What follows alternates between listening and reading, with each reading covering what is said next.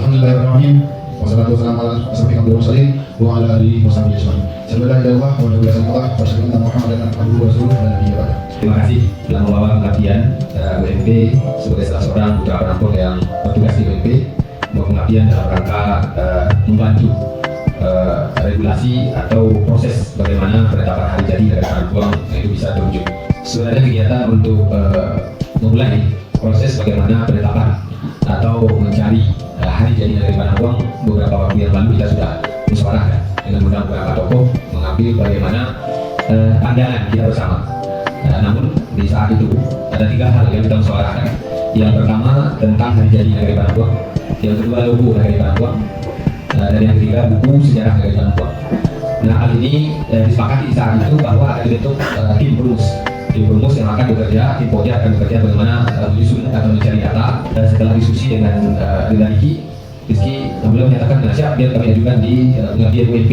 Jadi minimal beliau menyampaikan kegiatan ini bisa membantu negeri Parangkuang untuk melahirkan ternak tentang hari jadi negeri Parangkuang. Jadi mudah-mudahan kita berharap ini bisa sampai jadi, karena minimal di tahun ini keluar aturan atau sebuah peraturan bersama peraturan dari Bamus atau dari negari bagaimana penetapan hari jadi. Jadi kita sangat berharap mudah-mudahan ini bisa kita telusuri terus dan kita jalani, dan tidak mungkin tidak tertutup kemungkinan nanti bisa Rizky dengan tim dari WP yang berdiskusi terus dengan Andri Arsip Nasional Republik Indonesia untuk menggali terus bagaimana di negeri Parangkuang adanya jalan perjalanan sejarah dari terakirnya dari Parangkuang. Jadi salah satu tugas dalam kemitraan masyarakat ini bukan hanya dosen saja yang berkawan, tapi juga harus melibatkan mahasiswa.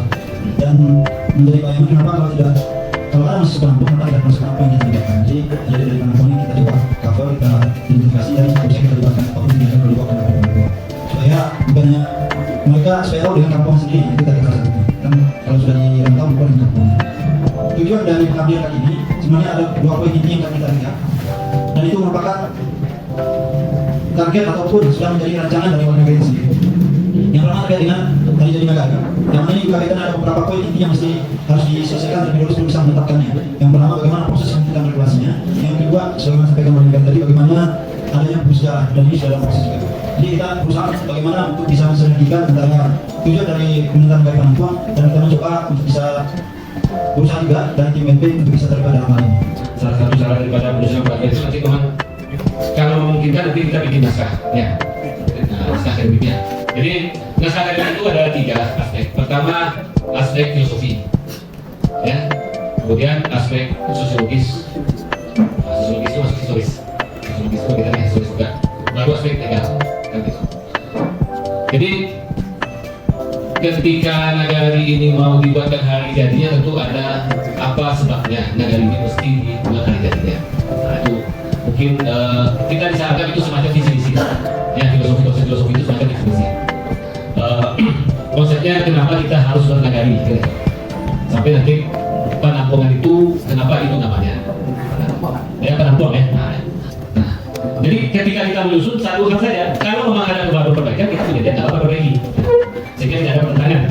Nah, lalu bagaimana kita memulainya? Itu tadi kita mulai dari filosofi ini, daripada etik Minangkabau itu memulainya dari kabar. Kita mulainya pembukaan kabarnya. Kabar apa yang dianggap sahih oleh Bamus, dan kan itulah patokan awal. Nah, setelah dapat filsafat itu, baru kita mulai mau menulis sejarahnya. Bagaimana cara menulis sejarah? Tentu kita lihat keadaan sosiologi masyarakat. Jadi kita akan lihat sosiologi itu bagaimana. Kalau berhitung sejarahnya itu di sosiologi tadi, kenapa saya katakan itu? Kita mulai ketika orang sampai di penampung ini, apa pekerjaannya? Dari pekerjaan orang di situ kita bisa tahu berapa keluarga di sini. Nah, dan dari situ akan kita ketahui perilaku uniknya.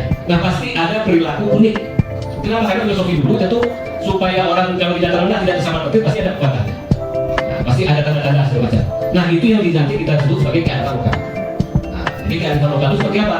Dari pekerjaan awal orang itu, apakah bertani, beternak, di sungai, nelayan, maka dia pasti punya hal tertentu. Jadi kita bisa katakan perlunya kita membuat hari jadi supaya terjaganya nilai-nilai kearifan lokal masyarakat dari Parangkuang. Awalnya itu penetapan hari jadi nagari ini dituangkan dalam peraturan nagari. Mungkin Bapak Ibu semua juga sudah paham bagaimana bentuknya peraturan nagari atau nagari ini sendiri juga sudah mengeluarkan aturan nagari. Tapi secara garis besar bisa saya jelaskan bahwasanya peraturan nagari ini berfungsi sebagai gambaran dari masyarakat nagari dan perbuatan dari nagari yang ada dalam masyarakat. Jadi di mana